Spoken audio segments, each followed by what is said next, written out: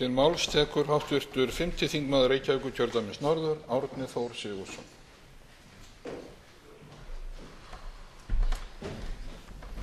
Forseti, það sannarlega hlutverk stjórnmálaflokks í stjórnarandstöðu að veita ríkisstjórn hverju sinni verðugt aðhald en leið að starfa á uppbyggilegan hátt og bjóða þjóðinni upp á aðra stefnu, önnur úrræði en þau sem ríkisstjórnin markar.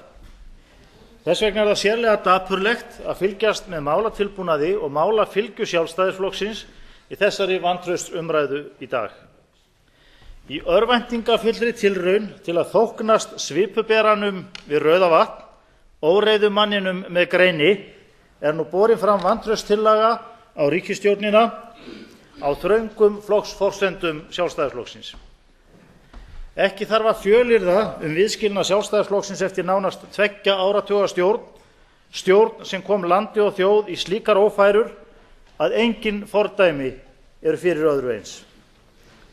Það rifjast upp brot úr kvæði Arnar Arnarssonar Oddsterka þar sem hann kveður pólitíkina fyrir 80 árum og segir: Íhald stýrði rangt og rakt, rak af leið og skemmdi frakt, í skuldakví var skútu lagt, skömm endi á heimskra makt. Forseti, þessi orð eiga sannarlega vel við viðskilnað Sjálfstæðisflokksins.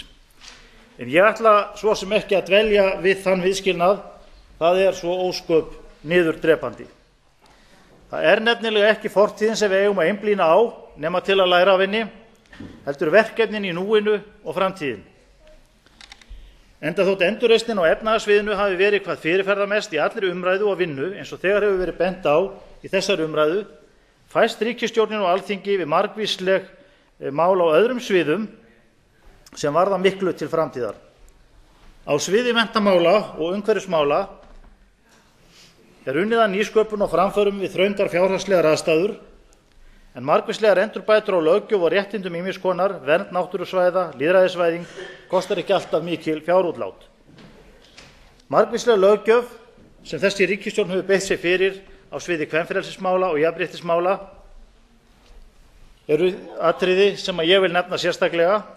Rammaáætlunin og fiskveiðistjórnarkerfið og endurskoðun þess eru mikilvæg verkefni á næstu mánuðum og misserum. Það ljóst að það hefur orðið efnahagslegur viðsnúningur. Það staðreynd sem ekki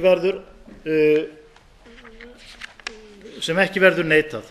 Við höfum séð verðbólguna á hraðri niðurleið. Við höfum séð stýrivextina lækka úr 18% niður í rúm 4%.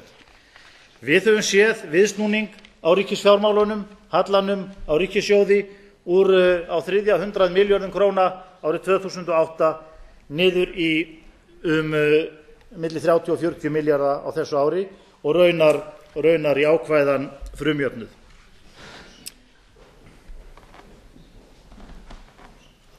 Stöðugleiki í efnahagslífinu tvímælalaust að komast á og allar mælingar benda til þess.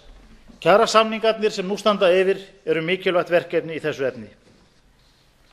Núverandi ríkisstjórn hefur tekist á við risavaxið verkefni sem að reisa Ísland úr rústum frjálshyggjunnar. Hrunið samfélag, brostnar vonir, löskuð sjálfsmynd þjóðar var heimanmundur Sjálfstæðisflokksins.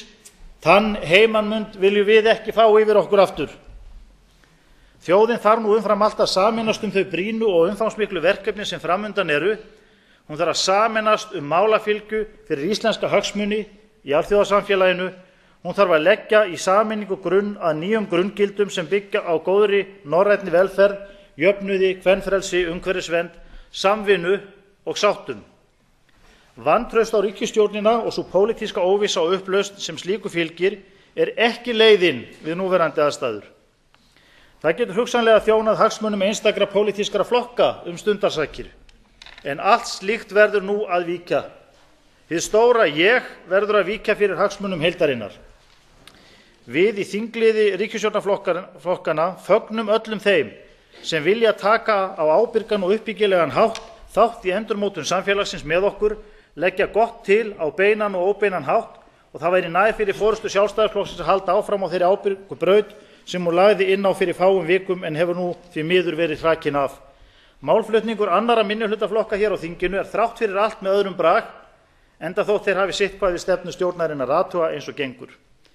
Margt í þeirra málflutningi á þó fyllilega rétt á sér og gæti einmitt verið liður í að byggja þá breiðu samstöðu og sátt sem er svo brýn. Góðir landsmenn, þrátt fyrir boðaföllin verðum við að vera bjartsýn og þrautseig eins og íslensk þjóð hefur jafnan verið, ekki síst þegar á móti hefur blásið.